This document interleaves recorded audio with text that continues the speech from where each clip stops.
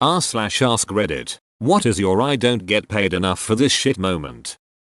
Plumber owner of a mobile home called and said they had a stinky yard. I could smell it when I pulled up. The mobile home was new and had only been set up for about 8 months. While setting it up, someone didn't tighten the no-hub band of the toilet in the kids' bathroom. 8 months of flushed toilet was all over the ground under the home and had just started being noticed outside. I told the homeowner to call the guys that set it up to come fix it. I wasn't crawling under there.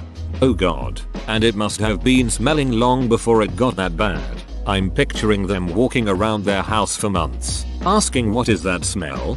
It had brick underpinning, so it mostly was just pooling underneath the home. I worked at Circuit City when I was 17.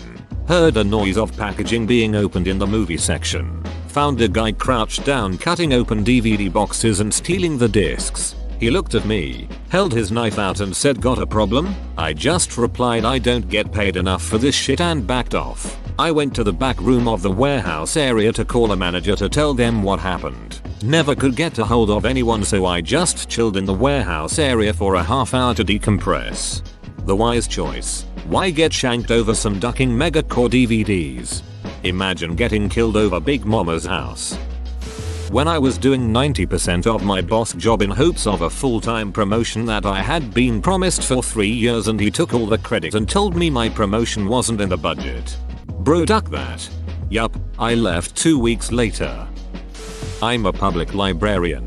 I was helping someone in the computer room and turned to tell someone he needed to keep his exclamations at the video he was watching down. Just then, the woman I was helping leapt aside because the man I was shushing pissed himself. It ran down onto the jacket he had tied around his waist, down the chair, onto the ground. Turns out he'd snuck in alcohol and was totally blackout drunk. I told him he had to leave. He put the piss-covered jacket on and stumbled out, as I returned with gloves and cleaning supplies. Another patron decided this was a good time to complain about some kids who were making noise. I took a deep breath and said, "This is a good time for us all to appeal to our higher selves and do our best in the moment. Please just adapt for a minute." Then I thought about the student loans I took out for the master's degree as I scrubbed up piss.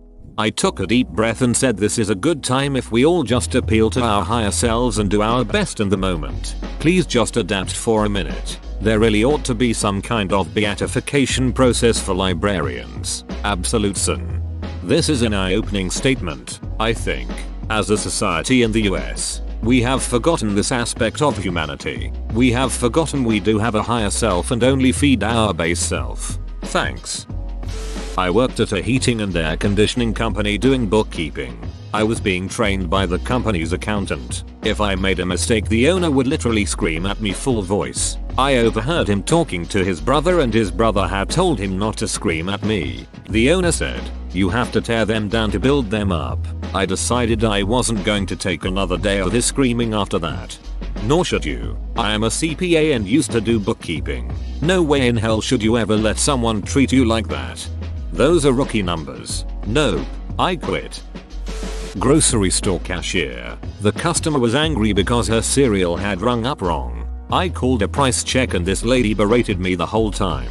I recall that she accused me of trying to steal from her, said she was going to get me fired. I looked at her and said, "I make $7.25 per hour no matter how much you pay for this cereal, so I do not give a shit how this situation turns out." She stared at me in shock. The price check comes back saying the price scanned correctly. Silence. I said, "So do you want the cereal or not?" She said, "Yes," and that was that. She did not complain to the manager. Very well spoken. Never fails to astound me how many shitty people just fold in shock when a retail worker says literally anything in response to their bullshit. I ran the entire company's financials and general management for $14 HR. I had a meeting with the owner telling him I need a raise and to hire an assistant. He told me I wasn't business minded and should be a stay-at-home mom. I quit the next day. That was so disrespectful. Yeah, who quits just like that?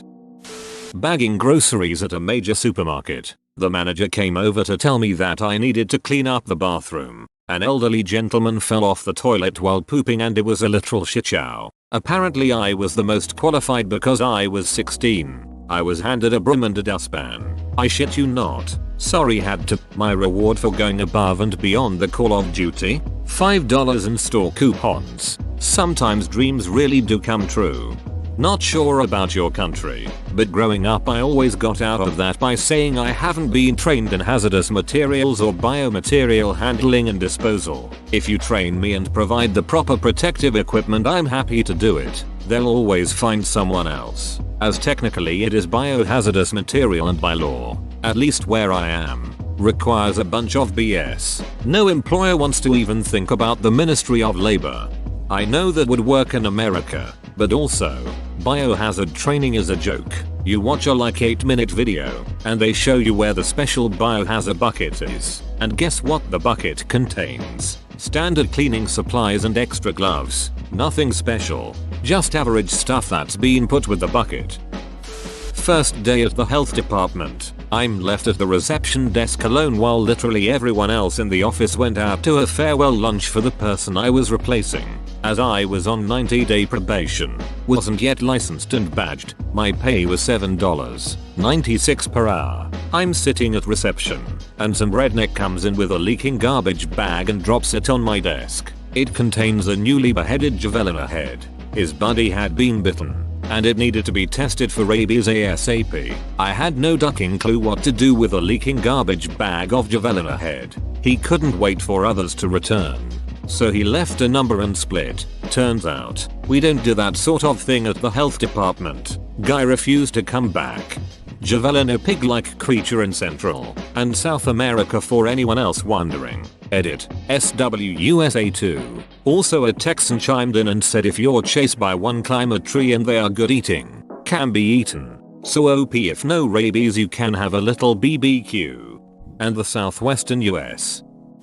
I was a manager for a well-known lingerie store. Our location was in a failing suburban mall. The store was giant and shaped oddly. There were dressing rooms in odd hidden corners and a few blind spots. The store was located at the end of the mall next to other stores no one really went to, so there wasn't much foot traffic. We were also always short-staffed because no one wanted to work out there. All of those factors made us a prime location for thieves and weirdos. I would have to do laps around the store due to its layout, and I would regularly come across people doing sex stuff in this one secluded little dressing room.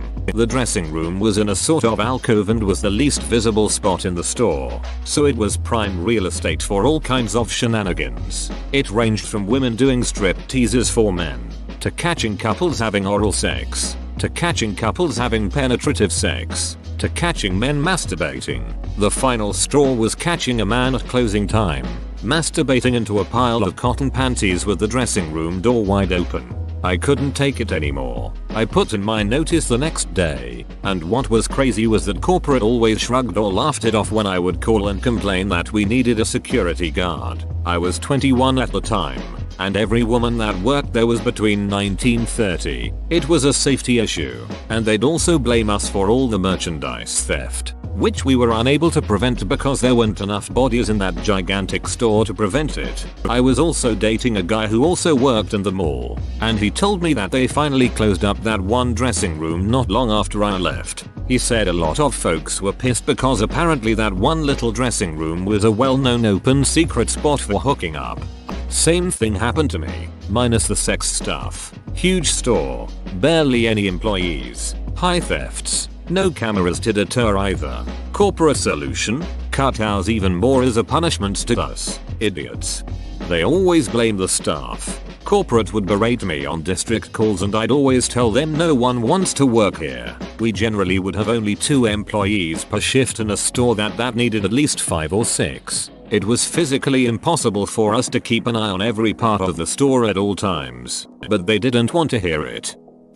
When I was 20 I had 3 jobs. I worked as a bank teller from 8-4, then as a closing shift manager at a coffee shop from 5-10, then as an overnight janitor from 11 to 2 am. This wasn't every day but it was enough that it equated to about 80 hours a week between the 3 jobs. And yes, you can imagine this would lead to burnout real fast. So at the overnight janitor gig my boss comes over to me and asks me to come to the office for a review. This was weird. All I did was mop floors on a production line that made air train brakes. But whatever. I go into his office and he closes the door behind me and pulls out a gay porn magazine and starts asking me about different dongs and put his hand on my shoulder. I was surprisingly calm and just said I don't like dongs and went back to work. Then it hit me what happened. I called in sick the rest of the week and picked up my final paycheck when he wasn't there. It was a hard enough job without being sexually harassed for $8.50 an hour. Oofed. I did not see that coming. Hope you are okay. Thanks. This was 15 years ago and everything is fine. I have a great career, and that guy was fired after other employees came forward with similar complaints. It was actually a very sad case. He was obviously very gay with a wife and kids. I know he was losing his house to her and his kid was dying of something.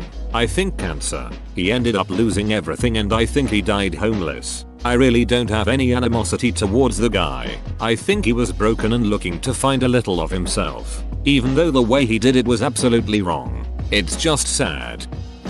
Doing volunteer work and some busybody started bossing me around like they were in charge. A neighborhood association type person.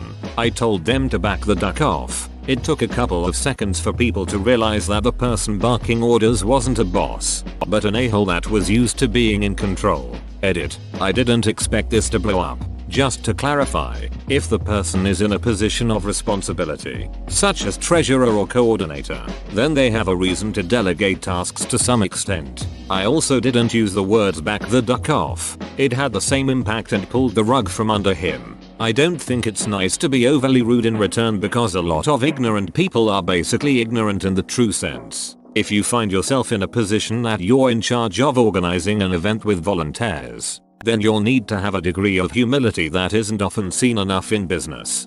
My brother did jury service when he was much younger and an older guy on the jury told everyone that he would take the role of foreman of the jury as he had experience of making important business decisions. No debate or anything. He just told them that was what would be happening. When my brother suggested that anyone who wanted to be foreman state their argument for doing so and then let everyone vote, guess who got the least votes and then sulked and argued to the extent that the rest of the jury complained to the court officials and had him removed from the jury? Edit. I didn't think I was being so cryptic, but lots of people seem to think it was my brother that got kicked off the jury. It wasn't. It was the bloke who tried to appoint himself foreman. My brother was actually really excited and more than happy to be on a jury. Edit 2. It also seems that an awful lot of people would do anything they could in order to avoid doing jury service. Weird. I'd love to do it. Edit 3. This comment has blown up an awful lot more than I expected. To clarify, this was in the UK, about 20 years ago. To be selected for jury service is quite rare, in my experience. My brother is one of only 2 people I know that has done it. It is widely considered a civic duty, and whenever I've ever discussed it with anyone, the only people who said that they wouldn't want to do it are self-employed as they get paid a nominal amount. In the UK, I believe that your employer has to by law pay you in full when you are doing jury service. Personally, I believe that in a modern and civilized society, if you are selected to do jury service, then you have a duty to do it unless it will cause you great financial or personal family issues. I used to work at Old Country Buffet, and there were kids who would eat until they threw up like all the time. This one case that is seared into my mind was when I was once fixing up the salad bar and I heard Billy run. Screamed from an ignorant parent, and then I see this 12-ish-year-old boy running to the bathroom.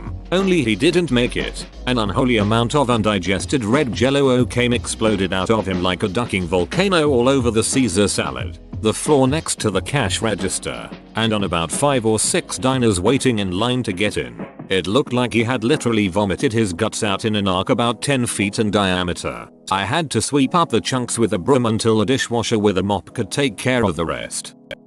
Whoa, you made it to the end? You're a ducking beast. I'll cut you a deal. Smash like and subscribe for more curated content, bruh. It's free and that's a great price.